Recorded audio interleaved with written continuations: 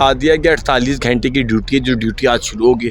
जब तक returning officer result नहीं देगा यूथ घर नहीं जा सकती। वो फौजियों की तरह उनको हमने कहा तैयार हो जाओ। हमने कहा 36 से 48 घंटे की ड्यूटी है, खाना ना भी मिला तुम लोगों ने फौजियों की तरह सड़क पे रहना है, बैलेट बॉक्स जहाँ जाएगा तुमने वहाँ जाना है, और जब तक रिटर्निंग ऑफिसर फाइनल रिजल्ट की कॉपी ना दे घर नहीं आना।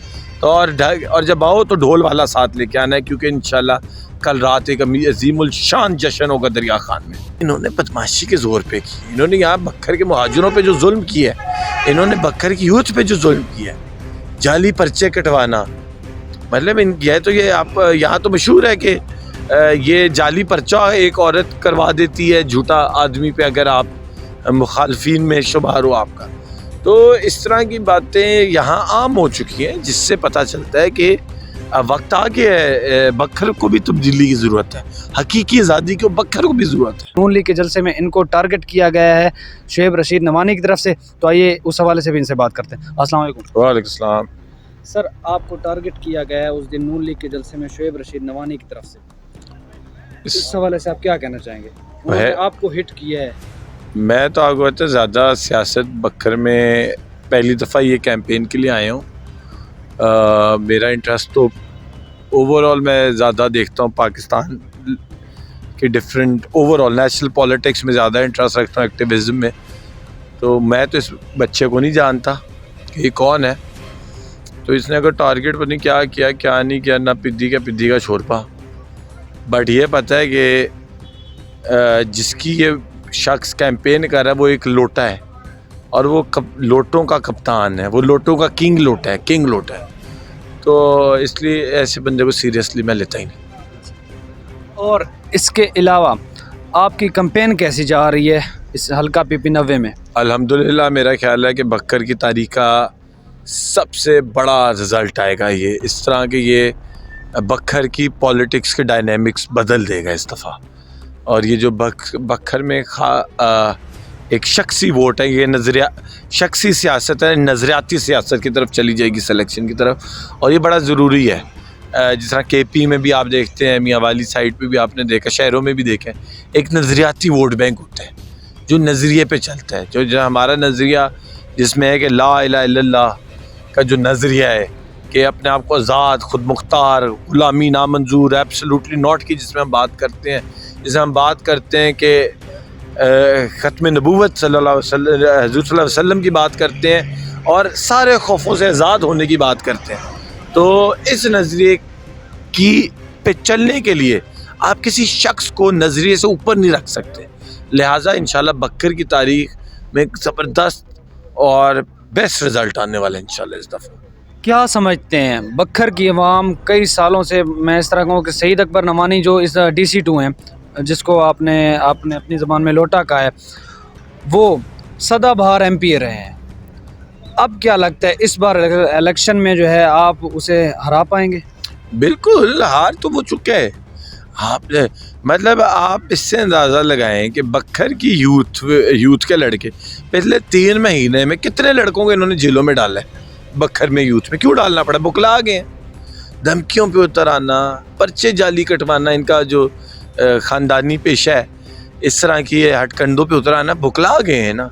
और बड़ी बक्खर की यूथ बागी होगी, नज़रिए के लिए बागी होगी, कलमे के हक़ में बागी होगी।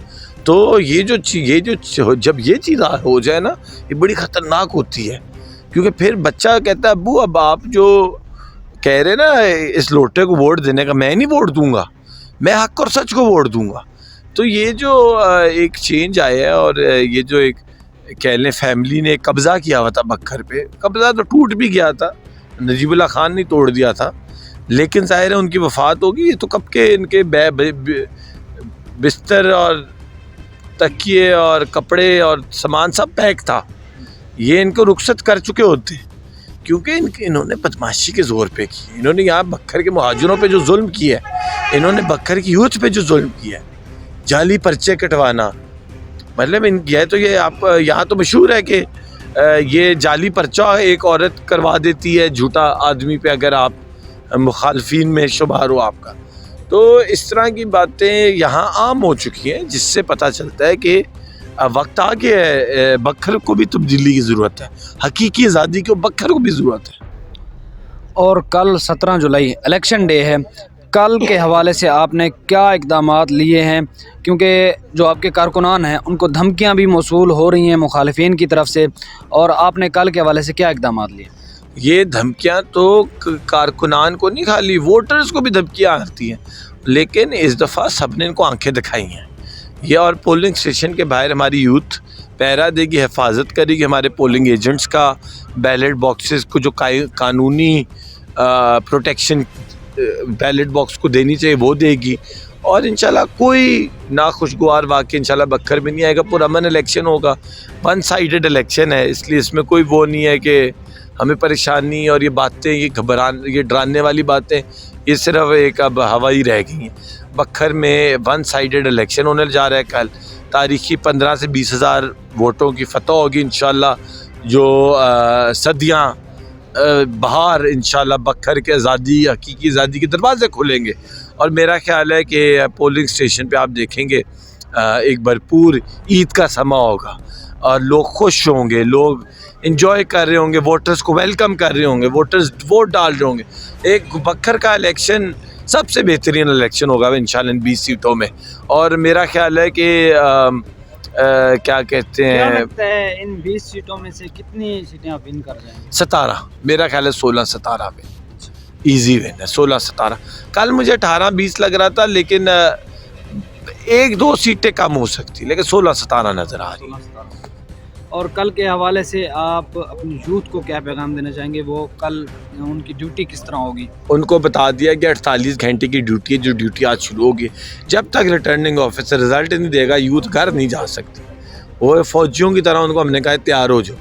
हमने कहा 36 से 48 घंटे की ड्यूटी है, खाना ना भी मिला तुम लोगों ने फौजियों की तरह सड़क पे रहना है, बैलेट बॉक्स जहाँ जाएगा तुमने वहाँ जाना है, और जब तक रिटर्निंग ऑफिसर फाइनल रिज़ल्ट की कॉपी ना दे घर नहीं आना।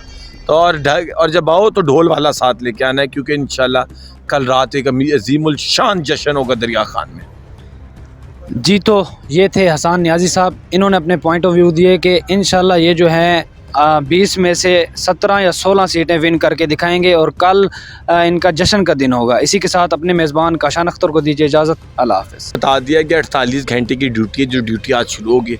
जब तक रिटर्निंग ऑफिसर रिज़ल्ट नहीं देगा यूथ घर नहीं जा सकती। वो फौजियों की तरह उनको हमने कहा तैयार हो जाओ।